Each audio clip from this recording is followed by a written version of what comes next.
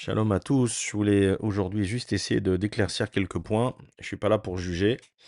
Je suis simplement là pour essayer d'apporter quelques lumières de la Torah, pour pas qu'on continue à nous dire que quand il y a quelqu'un qui se fait assassiner, et en l'occurrence par un juif, c'est les chemins d'Hachem, il faut pas se poser de questions, etc. Comme pour la Shoah, il faut pas se poser de questions. Donc en fait, à quoi ça sert tout cela, hein, si c'est pas pour réagir et pour changer? Si Akadosh Baruch Hu, parfois il fait des choses sans qu'on comprenne, alors, quel intérêt de punir si c'est pas pour qu'on puisse réagir? À ce moment-là, c'est extrêmement cruel. Donc, oui, il y a parfois des choses qu'on ne comprend pas, mais il y a des éléments factuels qu'on est tout à fait capable de comprendre et d'analyser. Donc là, je vous mets.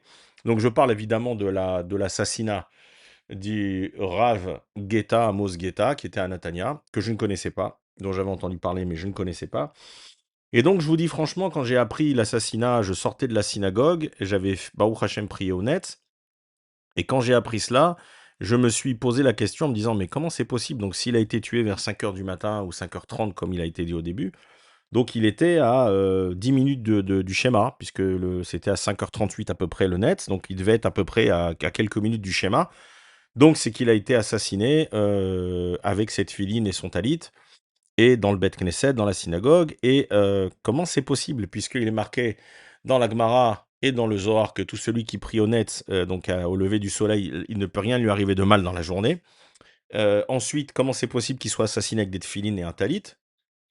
Comment c'est possible? Et cetera, et cetera. Et en fait, bon, il se rend ensuite, par la suite, on s'est rendu compte qu'il était dans sa chambre, donc il priait pas au net et donc il n'avait apparemment pas de tefilines et talit sur lui.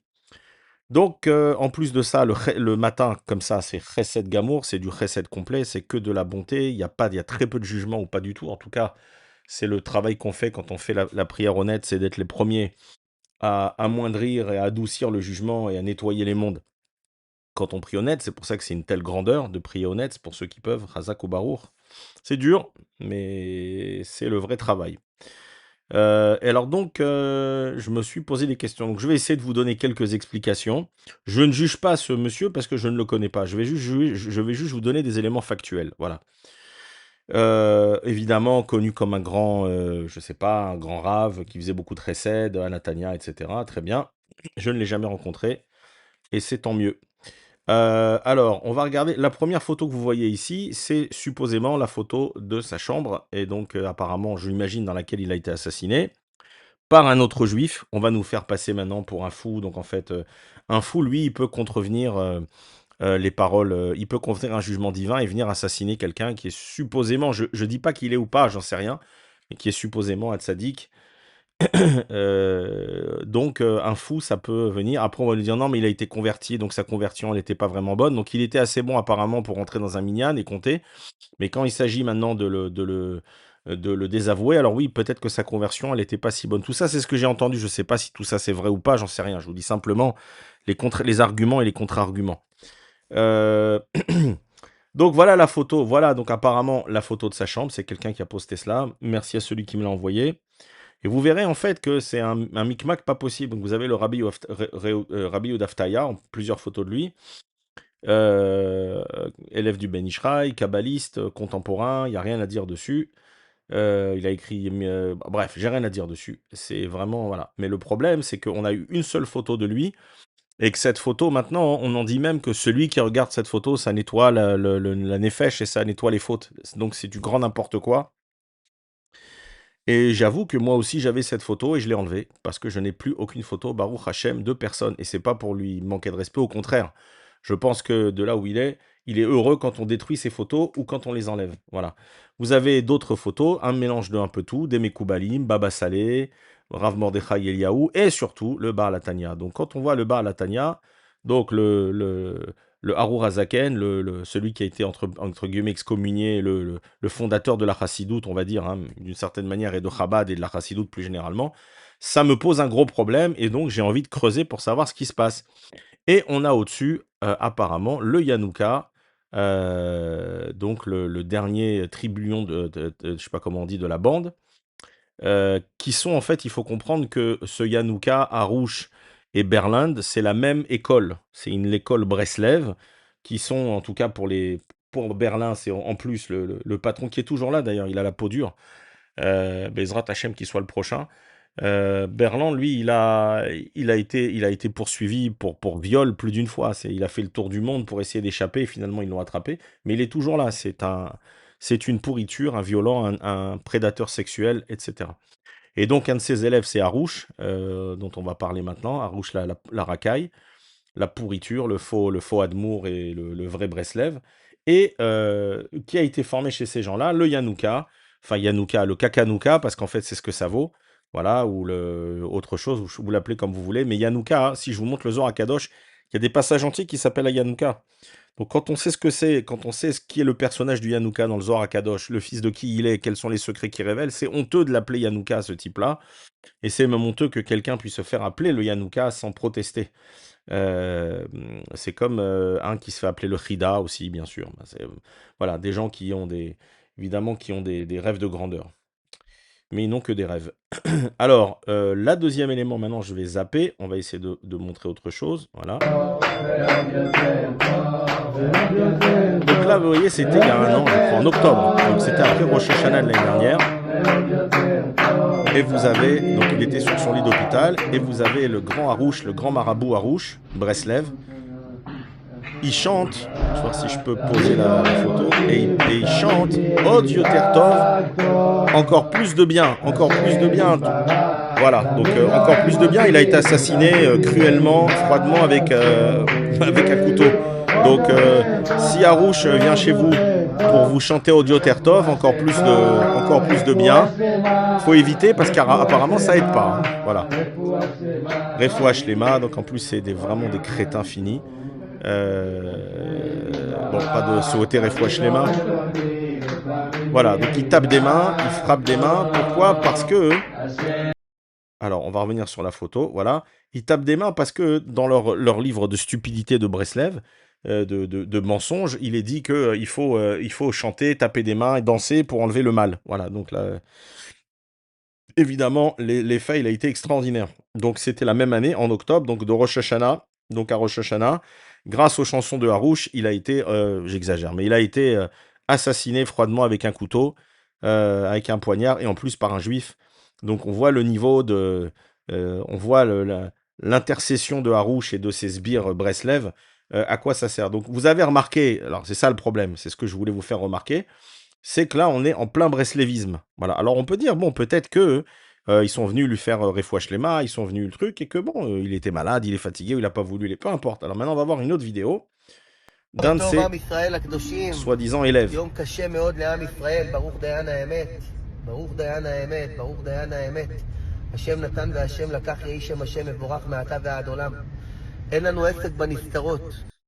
Alors, ce crétin, qui est donc un de ses élèves, il nous dit, en haut c'est marqué, Arav Amos. Donc en gros, il nous dit qu'il est maintenant, il est avec Rabbi Nachman le dernière demeure de Rabbi Nachman. Il est avec Rabbi Nachman maintenant, le Rabbi Amos. Donc on voit déjà qui est le type d'élève qu'il avait. Donc cette espèce de crétin, on voit la kippa à pompon, donc Breslev. Et, et on va écouter maintenant ce qu'il explique. Voilà, cet imbécile. Et il a aussi le caméa, on ne le voit pas ici, mais il a aussi le caméa de Breslev, ce bout de papier, ce torchon, cet Avodazara, avec le Na Nachman, etc., cette espèce d'escroquerie monumentale, grâce à laquelle, bien sûr, ils sont Mechalel et Shabbat, donc en plus, ils n'ont pas leur Avodazara n'est pas pardonné, car ils portent cette chose-là Shabbat, et donc c'est pas autorisé. On va écouter ce crétin. Donc, on ne comprend pas les voix d'Hachem, évidemment, parce qu'on ne veut pas comprendre. Comme Lubavitch qui nous disait qu'on ne peut pas comprendre la Shoah, il ne faut pas essayer de comprendre, évidemment, parce que Hachem a détruit 90% des chassidim, donc évidemment qu'il ne faut pas s'y atteler. Et lui, celui-là, pareil, il nous dit, voilà, c'est comme ça, Hachem, il a assassiné un sage, un tzaddik, 2 coups de couteau par un autre juif le matin, il ne faut pas se poser de questions, parce qu'on va continuer, il ne faut pas se poser de questions, donc ça ne sert à rien en fait. Donc Hachem, Chas Shalom, il est cruel, il fait des choses incroyablement méchantes et incroyablement injustes, mais on continue parce qu'il n'y a aucune raison. Hachem, il fait ce qu'il a envie, et s'il veut massacrer Chas Shalom ou faire assassiner quelqu'un avec un couteau qui le mérite pas, bah, c'est comme ça. Voilà, je dis pas qu'il n'y a pas des contre-exemples, je suis d'accord, comme Guédalia par exemple. Globalement, ce que j'essaye de dire, c'est que encore une fois, je ne juge pas ce Rav. Je dis simplement, je vous donne quelques informations sur qui il était. Après, chacun, il tire ou ne tire pas ses conclusions. Voilà. Qu'est-ce qu'il nous dit d'autre? On va רבי écouter. נחמן אמר שחייב להיות קושיות על השם יתברך, כי אם לא, חיוב הבנתו כהבנתנו. Voilà, donc Rabbi Nachman, il nous avait prévenu, il y aura des questions sur Dieu, hein, parce qu'évidemment, on ne fonctionne pas de la même manière, on n'a pas la même conception, donc c'est normal que, en fait, c'est le Satan qui avait déjà prévu que quand Hachem il allait frapper pour montrer qu'on fait des choses mauvaises, il faudra surtout pas se poser de questions, parce qu'en fait, c'est des tests, et donc il faut juste se taire et continuer. Donc vous voyez que ce crétin, il a la fameuse arnaque de haut dessert avec le fameux caméa, voilà. מה שבטוח, ראיתי גם בכתבי רבנו הארי, בשמו מובא, שהיה איזה מישהו Donc là, il va nous citer aussi le Harizal, évidemment, puisqu'ils prennent une partie de la Kabbalah qu'ils ont détournée. C'est tout le travail de Breslev et de la Chassidoute, c'est de prendre la Kabbalah et de la tronquer, de la détourner à leur fin. הרג לו קרוב משפחה בצורה מאוד טרגית ברציחה. והוא אמר לו, זה הזמן שלו, רבנו הארי אמר לו, אבל מה שהוא נפטר בצורה כזאת... Non, c'est pas son Zman. Quelqu'un, hein, un juif, il n'est pas destiné, surtout si c'est un tzaddik, c'est pas son temps qui est arrivé, il n'est pas destiné à être assassiné, et spécialement par un non-juif. D'accord? Sinon, ce monde n'a aucun sens, il n'y a aucune justice, Ras Shalom. Je vais passer un peu parce que je vais voir ce qu'on va avoir après. על פניו זה נראה כמו מחלוקת של רבנו ובעל התניא בהגדרה של צדיק גמור, כבלה רשע צדיק ממנו, Donc là, il הגמרא nous cite, בברכות שם. je sais pas, אנחנו מדברים, ואני קורא, אומר לי, בויה, לא, תסביר il מה nous cite שאתה Baal קורא. Hatanya, il nous בשביל cite לעומקים. Nachman, voilà, ça c'est והיה les לי élèves. לדבר כי הוא קרא לי. Et il va nous raconter, bon, c'est pas très intéressant, je vais juste aller au bout. אמרה, הוא רוצה את היציאה קצת מהישיבה. Voilà, alors, ça אמרתי c'est, לו, אז תסביר לי. לא יודע, ok, désolé, hein. שנאה מטורפת שיצר הרע נכנס שם, אנדרלמוסיה. ואז Donc, התחלנו לדבר על זה, רבי עמוס התחיל להגיד כל זה כי לא נותנים להם לנסוע לאומן. אז אמרתי לו, רבי עמוס, מחילה מכבודך, מה קשור אומן לסטנדר בפנים? או ללבן? alors, de mémoire, donc il parle de pourquoi ils se frappaient, je pense qu'il parlait de Pognovitch, pourquoi les étudiants de Yeshiva, ils se frappaient les uns les autres. Et il disait globalement, bon, je vais raccourcir, parce qu'en fait, leurs rabbinim, en parlant des rabbinim lituaniens, je pense, ils leur interdisaient d'aller à Ouman, et ils ont bien raison d'ailleurs. Et donc il dit, en fait, c'est parce qu'ils ont une agressivité, parce que ils voulaient aller à Ouman, et puis ils voulaient aussi avoir un peu de sortie en dehors d'Israël, le duty free, enfin voilà, en gros, ils les ferment de tout type de plaisir de ce monde, et c'est pour ça qu'ils sont agressifs. Je vais pas continuer parce que c'est pas très intéressant, mais là il raconte en fait un dialogue entre lui et ce Rav Guetta qui est mort, qui a été assassiné par un juif. Et שופכים אחד על השני. הוא אמר לי, בויה, אתה לא יודע כלום.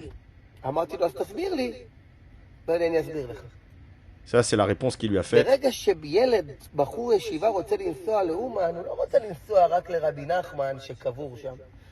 Donc il dit à partir du moment où un Bachour Yeshiva, un étudiant en Torah, il veut sortir pour aller sur la tombe de Rabbi Nachman, c'est pas uniquement pour aller sur la tombe, c'est aussi, comme je vous l'ai dit, le duty הוא free. רוצה את המטוס, Voilà, il veut הוא רוצה את l'avion, הקניות קצת בדיוטי il veut acheter au פרי, הוא duty רוצה את free, החברה, il veut הוא רוצה את le groupe, היציאה קצת מהישיבה. voilà, il veut sortir les ברגע yeshivas. שהרב שלו אומר לו, אדוני, אתה לא יכול לנסוע Et ça, לאומן, c'est ce que lui a dit מרוב שהוא לומד ce הוא Rav qui a été משתגע, כי הוא assassiné. רק לומד ואין לו מנוחה בדעת, Donc en ואז הוא fait, דופק לשני את הסטנדר בראש. voilà, donc en fait, comment il a expliqué qu'ils se sont tapés dessus alors que ça n'a rien à voir avec Ouman, parce que du coup, quand on leur a interdit d'aller à Ouman, alors ça les a rendus nerveux et c'est pour ça que ils se sont frappés les uns les autres. Voilà, j'ai vraiment été très réducteur, c'est juste pour vous expliquer. L'idée, c'est pas ce qui est dit m'importe peu. Ce qui m'importe dans ce message-là, je vais enlever cette tête d'abruti. Ce qui m'importe dans ce message-là, c'est de vous dire voilà qui était ce Amos Guetta, que tout le monde pleure, d'accord? Qui était-il? Bon, c'est un Breslev, voilà. Et de ce que j'ai compris, il y avait une cour autour de lui, de Breslev. Donc il y avait une cour de gens qui ont fait de lui un autre Admour, un autre Rebbe, un autre tzaddik, voilà. Et donc, bah voilà la fin qu'il a attendu, voilà la fin qu'il l'attendait. Il y a d'autres imbéciles qui confondent cela avec l'assassinat il y a 15 ans d'un baba à Bechatzera, qui a aussi été assassiné par un juif à coups de couteau, et on va dire que, encore une fois, c'est des grands sadikim, c'est des grands machins, etc. Alors, autant pour ce Guetta, je ne peux pas dire quoi que ce soit, mais je peux dire que c'était un Breslev et qu'il a créé une cour Breslev autour de lui. Évidemment qu'il a fait du bien, parce que sinon il n'y aurait personne. Évidemment qu'il a accueilli des gens qui étaient paumés. Évidemment qu'il a accueilli des drogués. Évidemment qu'il a accueilli des gens qui n'avaient pas où dormir. C'est une évidence. Sinon, il ne serait pas devenu ce qu'il est devenu. Voilà. Mais il n'empêche que tous ceux qui sont liés à cette Rassidut Arura, à ce qui a été excommunié, bah, voilà, c'est le genre de choses qui les attend. Maintenant, c'est ce qui a marqué aussi dans la Gemara, c'est que tout celui qui est qui est mis en excommunication, alors je dis pas qu'il a été excommunié du ciel, mais chacun pensera à ce qu'il a envie de penser. Il ne peut pas quitter le monde Béchalom, il ne pourra pas quitter ce monde en paix. Ça veut dire d'une vraie mort. On voit dans nos textes de Gemara, et même dans la Zohar, il est expliqué que les tzadikim, et encore une fois, un tzadik, c'est pas celui qui a une cour autour de lui, d'accord, et qui donne des brachot et qui distribue comme ce crétin comment il s'appelle, de Yeshu Pinto, l'Israélien qui distribue des grains de raisin, je vous la montrerai peut-être celle-là, à table. Et genre, il prend des grains de raisin et il donne, tiens, tu donnes à celui-là, tu donnes à celui-là, comme ça, il donne la bracha à travers le grain de raisin qu'il distribue à tous les Mechal et les Shabbat, à tous les gens qui sont autour de lui, dont la plupart, c'est des gros donateurs probablement, mais on voit bien que ce sont des gens qui ne sont pas dans la Torah. Donc, en général, il tient la main de un, et puis l'autre, bref, tout ce cinéma des babas, si un jour, il y en a un qui vous tient la main comme ça y est, c'est bon, vous avez compris d'où ça vient, sauvez-vous, c'est lui qui vous impurifie plus que vous ne l'impurifiez. Donc, quand il nous explique que oui, mais on ne sait pas, on ne peut pas comprendre. Non, non, la Torah, elle est claire. Nos Chachamim, ils sont clairs. Quelqu'un qui est assassiné comme ça, alors s'il est assassiné par un non-juif dans des conditions comme les Assar Harugé Malchut, ça laisse, comme les 10 qui ont été assassinés, c'est problématique. D'accord. Eux, c'était pour un cas, normalement, ils ne méritaient pas ce qu'ils méritaient. Et le Zohar, il nous explique que c'est pour des choses très mystiques, c'est lié aux 10 frères de Yosef, c'est lié à la vente de Yosef, et on sait aussi également qu'ils n'ont pas souffert. Voilà, donc quelqu'un, ça je vous donne un. Quelqu'un qui meurt al Kiddush Hashem, c'est quoi mourir al Kiddush Hashem? C'est pas le type il marche et il est assassiné, d'accord? Mourir al Kiddush Hashem, c'est quand la personne elle accepte de mourir. Elle dit non, non, je ne transgresse pas la Torah, je ne transgresse pas les 3 mitzvot principales ou toutes les mitzvot de la Torah, même les minagim, quand il s'agit chas v'shalom d'une période de destruction, de shmad. Quand la personne a dit non, non, je donne mon âme à Kadosh Baruch Hu et je meurs, je donne mon effet, je meurs pour sanctifier le nom d'Hachem, il y a des choses qui se passent qui fait que la personne ne souffre pas. Donc, il ne faut pas s'inquiéter. Si vous avez le mérite un jour d'être dans cette situation, il faut le faire avec plaisir. C'est le plus grand cadeau qu'Hachem puisse nous donner, de sortir de ce monde de cette manière-là. Parce que celui qui accepte volontairement ce choix-là, il n'a pas de digne, tout ce qu'il a fait de mal est effacé. Et il monte directement devant le Kisei Kavod, devant bref, je ne veux pas trop raconter, mais celui-là, il a le plus bel avenir possible, il a le plus beau Olam Haba possible, c'est d'un niveau très élevé. Donc, mais ça nécessite un choix, ça nécessite de dire je peux vivre ou mourir, et je choisis la mort, plutôt que de désacraliser le nom de Dieu. Voilà. Donc celui qui meurt assassiné comme ça, sans l'avoir voulu, c'est très problématique pour pas dire autre chose. Maintenant, on sait en plus que il est marqué dans nos textes que pour les chachamim, les tzadikim, la mort d'un tzadik, en général, il faut qu'il ait le temps de se préparer, et de préparer ses enfants, de bénir ses enfants, de préparer ses affaires. Donc c'est pour ça que la maladie a été créée, et en général, les tzadikim, en tout cas les vrais, enfin, hein, ils meurent de problèmes de ventre, gastriques, de problèmes qui sont liés au ventre, parce que c'est lié au Olam Ha'asiya. Bref, en gros, c'est un cadeau pour eux, ça veut dire qu'ils ont nettoyé, parce qu'on sait que dans le ventre, il n'y a que des saletés, globalement, hein, bon, même si c'est nécessaire, mais en fait, c'est un nettoyage de ce niveau-là qui est... bref, je ne veux pas trop raconter. Donc là, on n'est pas du tout on n'est pas du tout dans les mêmes circonstances, mais alors pas du tout, mes amis. Voilà, donc je vous ai montré quelques vidéos, je vous ai montré que il semblerait que donc ce monsieur était, c'était un Narman, quoi, c'était un Breslev. Voilà, donc je ne sais pas s'il a été lui-même à Ouman ou pas, ou s'il a envoyé des gens, peu importe. En tout cas, j'ai entendu dans d'autres trucs qu'il enseignait, me l'écoutait Moharan, les livres de Breslev, etc. Voilà, donc ceux qui vont continuer à croire que tout ça c'est audio tertov et on va avoir encore plus de bien et plus de bien. Donc si on pense qu'un coup de couteau fait par un juif comme ça, subitement, c'est audio tertov, c'est encore mieux et encore mieux et encore mieux. Et que Hachem il aime tout le monde et qu'on peut faire de la Avodazara. Et on peut avoir des photos alors je dis des photos, alors c'est toujours mélangé, je vous dis c'est mes boules-balles. Tout est mélangé. Il y a du bon, il y a du Etzadara Tovara. Il y a du bon et du pas bon. Mais enfin, là-dedans, je vois plus de pas bon que de bon dans cette photo. Voilà, donc ou pas, ou peut-être équitable, j'en sais rien. En tout cas, dans tous les cas, mes amis, voilà, voilà mon éclaircissement sur la situation. Tous ceux qui vous disent ah on comprend pas les voies divines, ce n'est pas vrai, les amis. À ce moment-là, ça n'a pas d'intérêt, ça n'a pas de sens. Quand il y a des Chas Veshalom, des tsarot qui tombent sur Am Israël, et dans ce cas-là, c'est sur ce groupe-là, sur Natania, sur ces gens-là, etc. Il faut se poser la question, mais qu'est-ce qu'il y avait de mal? Où est le problème? Voilà, pour moi, c'est clair. J'espère que ça le sera pour vous aussi. Et qu'Akadosh Baruch Hu nous fasse faire tchouva à tous et qu'il enlève toute ce rat, toute cette avodazara, tout ce ramalek qui est au sein du peuple juif, qui est les 5 catégories d'amalek, dont je pense faire une vidéo maintenant, Bezrat Hashem, avant Shabbat, si j'ai le temps, pour vous expliquer ce que dit le Gaon de Vilna en plus en détail sur ces 5 catégories d'amalekim, de Zera Amalek, qui sont maintenant en majorité, écrasante majorité dans le peuple juif, puisque vous verrez qu'ils sont partout, partout, partout. Et encore une fois, quand les non-juifs ils nous accusent des pires mots, ils nous accusent pas nous, ils accusent le Erev Rav. Mais eux, ils savent pas la différence. Ni si nous, déjà, on la comprend pas, à plus forte raison, eux. Et le problème, c'est que c'est les dernières Neshamot les plus pourries qui reviennent, de tous les, on le verra, de, de toutes les étapes où on a à chaque fois raté à cause du Erev Rav. Et donc, à mon sens, c'est 90% maintenant de Erev Rav, de cette racaille, de Zera Amalek. Et donc, je l'expliquerai. Donc, la mère est juive. Pardon, la mère n'est pas juive, mais le père est juif. Et je vous l'expliquerai peut-être tout à l'heure. Mais c'est des choses très spirituelles. Bezrat Hashem, Baruch Adonai, Le'olam, Amen, Amen.